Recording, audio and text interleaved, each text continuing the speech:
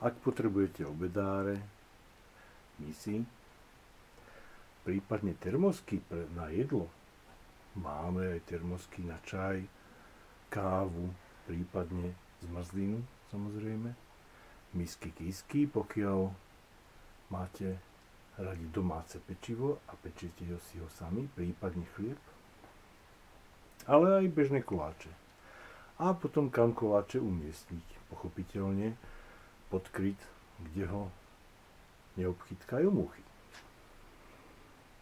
Okrem toho dnes, keď človek niekam ide, či už na výlet, na piknik,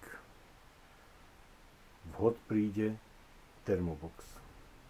A okrem termoboxu, pochopiteľne, máme aj náplne do termoboxov rôzne typy. Tak príďte, tu kúpite všetko.